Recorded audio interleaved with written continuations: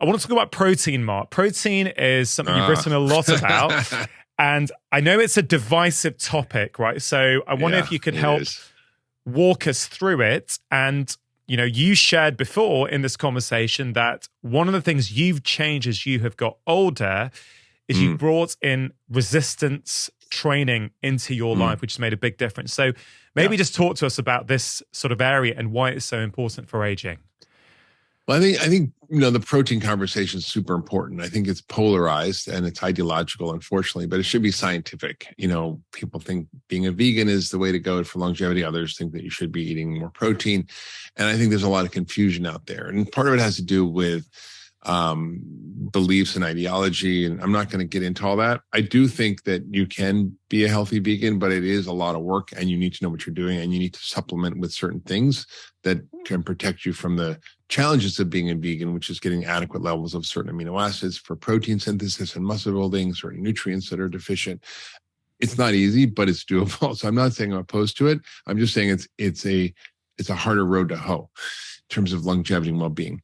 So when you look at protein, the feeling is that in the longevity community that we should potentially be vegan because we don't want to overstimulate a particular pathway, one of the hallmarks of aging, which we call mTOR. Now, this is one of the 4 nutrient sensing pathways in our body that samples the environment and the food we're eating and regulates all sorts of biological processes. And this is really the meta hallmark. This is the one that's, I think, the most important, which is how food interacts with our biology to create health or disease or longevity or early death.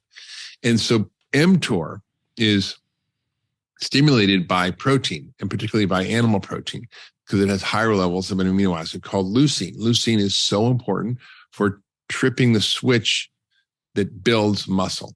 So I'm just going to stop for a minute because I want to emphasize how important muscle is to longevity. Without muscle, your metabolism goes down, your stress hormones go up, you become more insulin resistant and pre-diabetic, you become more inflamed, and it's this whole cascade of phenomena that occur because your muscle gets replaced with fat. So the key is to build and keep and increase muscle if you can as you get older, to enhance longevity. And that you have to do that by tripping the switch of mTOR to build muscle. The problem is if you do that all the time, if mTOR is always stimulated, you actually don't give your body a chance to engage in one of the most important processes that are important for longevity, which is what we call autophagy. Autophagy means self-cleaning or self-cannibalism or self-eating, literally like Pac-Man. And this is a good thing because our body has the ability to go and recycle old parts, to get rid of old proteins and old cells and clean them up and actually build new stuff, which is great. It's like recycling plastic bottles and making clothes out of it, right? So we have that internal system in our bodies that we have to turn on a regular basis in order to clean up and prevent rapid aging. So that's a good thing. And the way you activate autophagy is by inhibiting mTOR, which means don't give it food or protein, which is a good thing. So what do? Do you not eat protein to turn on autophagy, or do you eat lots of protein to build muscle? Well, the key is both. You need, like any system, you need sometimes it on and sometimes off. You need to sleep and you need to be awake. I mean, it's basically how the body works. So we need overnight to stimulate autophagy by giving ourselves a break from eating, meaning getting no food from dinner until breakfast. So no late night snacking. And you should give at least 12 hours. So if you eat dinner at 6, you can eat 6 in the morning. If you want to extend to 14, that's eating at 8 in the morning. That's doable for most people. 16 hours is a little bit longer. That can also have benefits. And that gives your body a chance to sort of pretend that it's starving, because you're not really starving, but your body thinks it's kind of maybe starving. So it starts to turn all these protective mechanisms that is related to the stress of not eating, called hormesis. And so basically, we can talk about that more, but basically the idea is when you activate autophagy at night, it's a good thing and it extends life. However, you need to give a good protein load in the morning on a fasted state, probably 30 or 40 grams of high quality protein. When I say high quality, I mean it has to have at least 2.5 grams of leucine, which is almost impossible to get from plant protein unless you eat a huge amount, or, which people can't do, like having 6 cups of brown rice or 2 or 3 cups of beans. It's hard for people to eat that much of that stuff.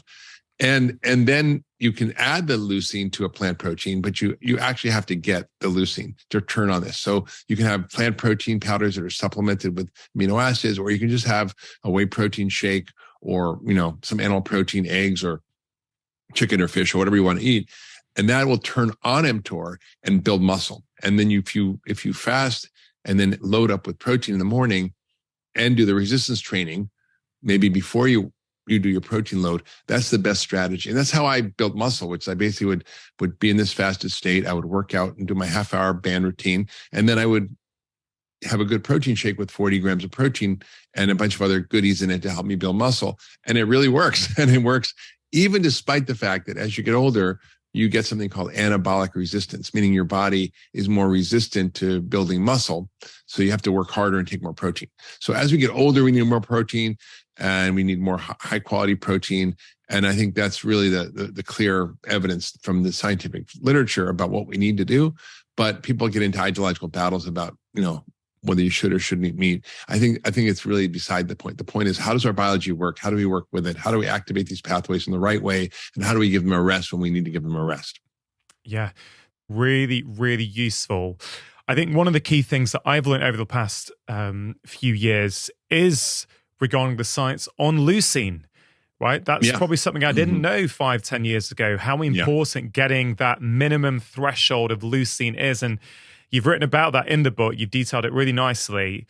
And, you shared last time you came on this podcast that you have been vegetarian and I think vegan in the past. Yeah. I was. So, and I was pretty much more vegetarian when I took the 40-year-old picture. So I was kind of vegan vegetarian. I was a skinny kind of guy, and my body totally changed, which I couldn't do 10 push-ups when I was 50. Now I can do, 80 push-ups without rest. So wow. The body can do that. Yeah, that's incredible, right? You're getting stronger as you age. So a few things there, Mark, I just wanted to clarify. So for someone, and I guess anyone who listens to my show regularly will be familiar with this idea of time-restricted eating or intermittent fasting. In your experience, right, is the minimum we should be all aiming for 12 hours in every 24-hour period where we are not eating? Is that what you say? Minimum. Well, that's what's called breakfast. I get it. The fast, right? No, I get it. These days we call that fasting, but that, and maybe 40, 50 years ago, that was probably the norm for most humans on this planet. In fact, when you were on your travels, Mark, could you share what you observed with respect to meal timings?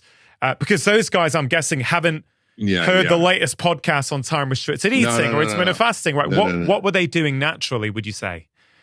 It was interesting. They would basically, have a relatively light breakfast, and they would eat a big lunch. They would kind of take a nap, and then they would wake up and they would work till late, and they'd have a sort of light dinner, and then they'd be up late, like 1 or 2 in the morning. It was a very different lifestyle than I'm used to, but they managed to do it. So there's no one way to do it. If you're living a European lifestyle, they tend to have these sort of more relaxing, connected, then 2-hour lunch. You go to certain places in Italy, and everything is shut down, like the post office, the grocery store, like literally everything shuts down for hours in the afternoon, which you would never see in the West.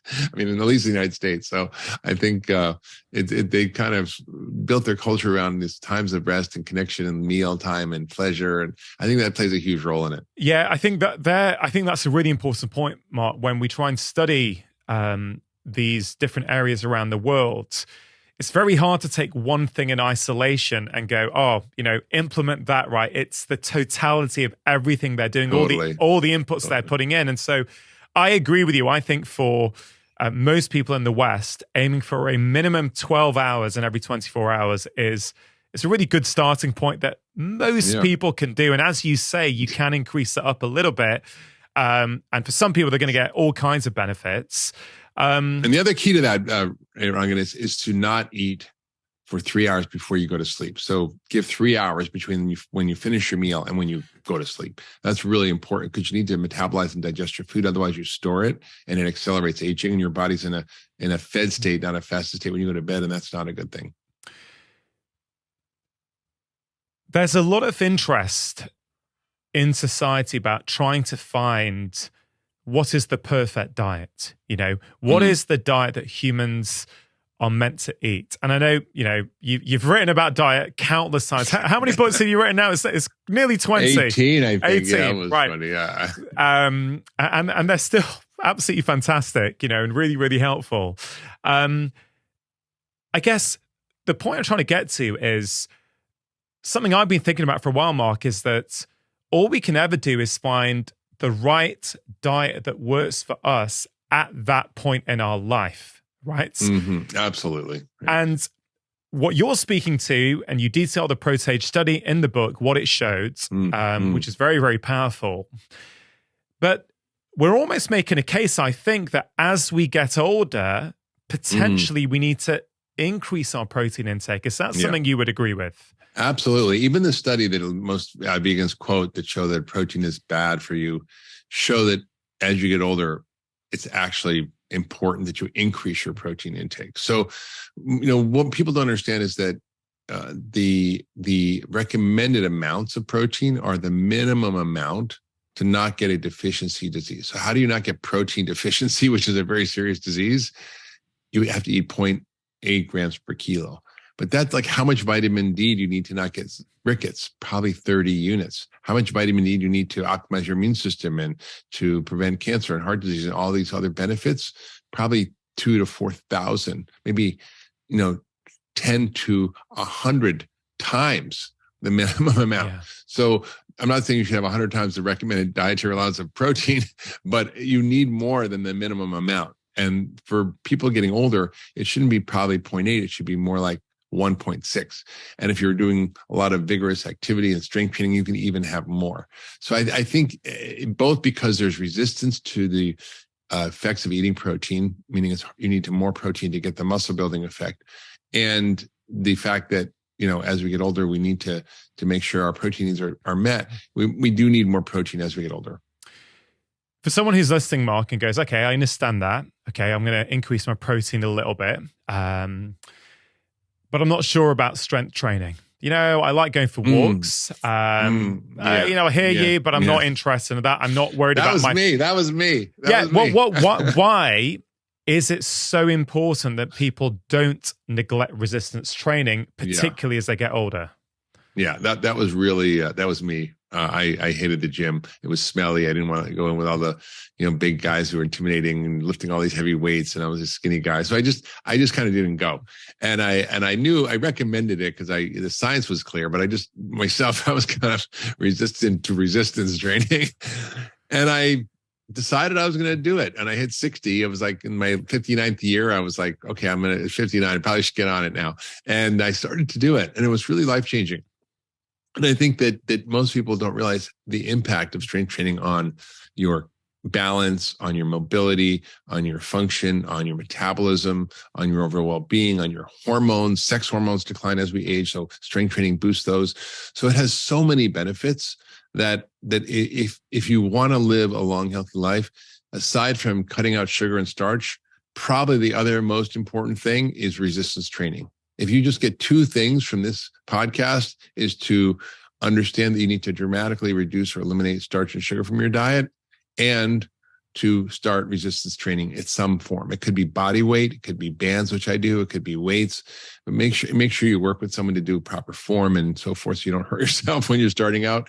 But it's so important to do. And there's all these apps, there's YouTube videos, there's no lack of instruction out there, but it is something you should consider essential part of health as you get older. And it doesn't have to be a lot. It can be 30 minutes, 3 times a week. I like to do more, but the reality is I probably only do 3 or 4 times a week because I just don't have the time at this moment. But when I do, I try to do it more and more often. Yeah. But I think the minimum is very adequate. An hour and a half a week. If you don't have an hour and a half a week to invest in your health and what's going on with your life. In fact, I often use this cartoon in my talks where it shows a doctor telling his patient, do you have time to exercise an hour a day or be dead 24 hours a day? So I think that's a funny cartoon. If you enjoyed that clip, here's another powerful clip that I think you are really going to enjoy.